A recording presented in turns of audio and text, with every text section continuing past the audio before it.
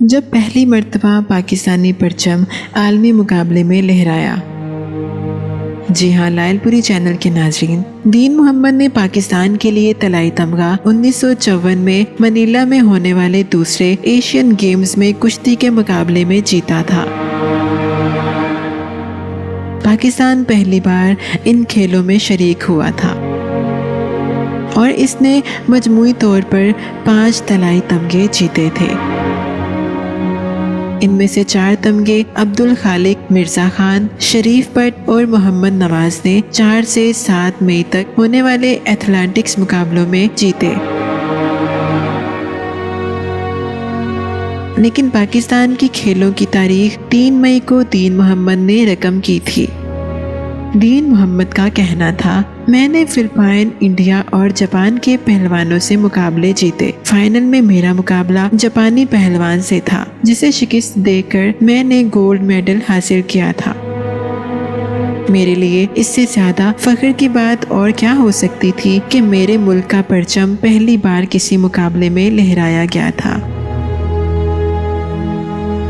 دین محمد نے ایشیائی کھیلوں میں جو گولڈ میڈل جیتا تھا وہ ان کے پاس بھی نہیں رہا۔ جب ان سے سوال کیا گیا کہ وہ تمغہ کہاں ہے تو دین محمد نے بتایا کہ جب میں منیلا سے واپس آیا تو مجھے ایک شخص ملا جس نے مجھ سے کہا کہ یہ میڈل گھر پر نہیں رکھتے، اسے میں یادگار کے طور پر میوزیم میں رکھوں گا۔ مجھے نہیں معلوم کہ وہ شخص سرکاری افسر تھا یا کوئی اور۔ میں نے وہ گولڈ میڈل اسے دے دیا۔ اس کے بعد پتہ نہیں چل سکا کہ وہ شخص کہاں چلا گیا اور میرا گولڈ میڈل بھی۔ تاہم ایسا بھی نہیں کہ دین محمد کے پاس کوئی تمغہ محفوظ نہیں ہو۔ ایشیائی کھیلوں کے بعد 1954 میں انہوں نے کینیڈا کے شہر وینکوور میں ہونے والے دولت مشترکہ کھیلوں میں کانسی کا تمغہ جیتا تھا جو آج بھی ان کے پاس موجود ہے۔ طلائی تمغہ جیت کر وطن واپسی کی یادیں تازہ کرتے ہوئے دین محمد نے کہا، جب میں ایشین گیمز میں گولڈ میڈل جیت کر واپس آیا تو لاہور میں میرا استقبال ہوا تھا۔ اس مقصد کے لیے چڑیا گھر سے ہاتھی لایا گیا اور مجھے اس پر بٹھا کر شہر میں گھمایا گیا، لیکن میں اس وقت حیران پریشان ہو گیا جب وہ ہاتھی چڑیا گھر کے اندر گیا اور میں باہر کھڑا رہ گیا۔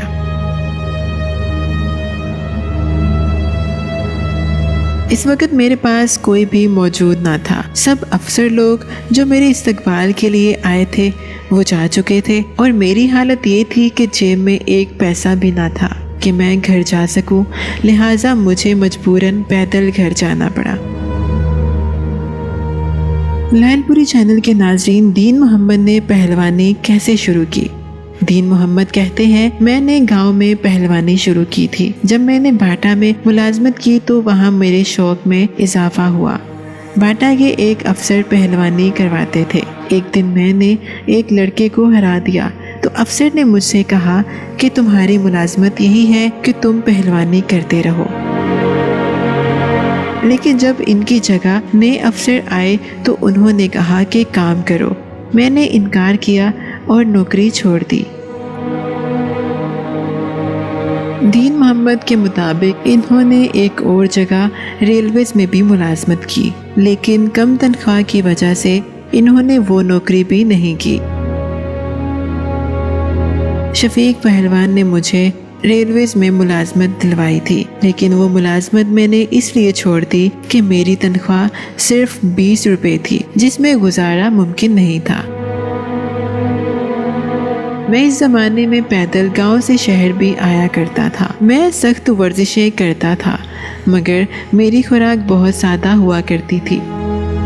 دین محمد کی زندگی کا سب سے بڑا افسوس یہی ہے کہ انہیں ملک کے لیے پہلا طلائی تمغہ جیتنے کے باوجود نظر انداز کیا گیا۔ زندگی بھر یہی افسوس رہا کہ حکومت نے ایشین گیمز میں پہلا گولڈ میڈل جیتنے کے بعد بھی مجھے نظر انداز کر دیا۔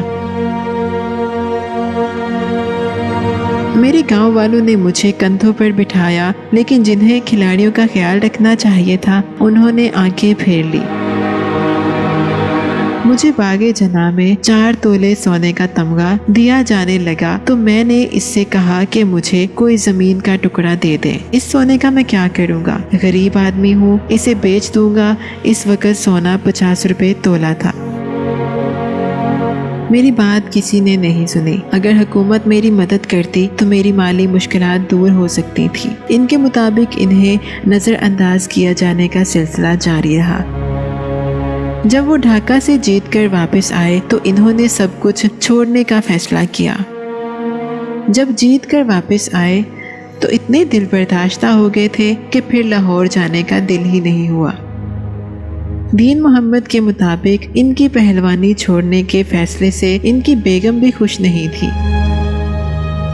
جب میری شادی ہونے لگی تو بیگم کی بھی خواہش تھی کہ وہ بھی میرے ساتھ غیر ملکی دورے پر جائیں اور سیر و تفریح کریں، لیکن منیلا اور وینکوور کے بعد میں خود کبھی ملک سے باہر نہ جا سکا اور اپنے گاؤں کا ہی ہو کر رہ گیا۔ اس بات پر بیگم بہت ناراض ہوئی اور آج تک خفا ہے۔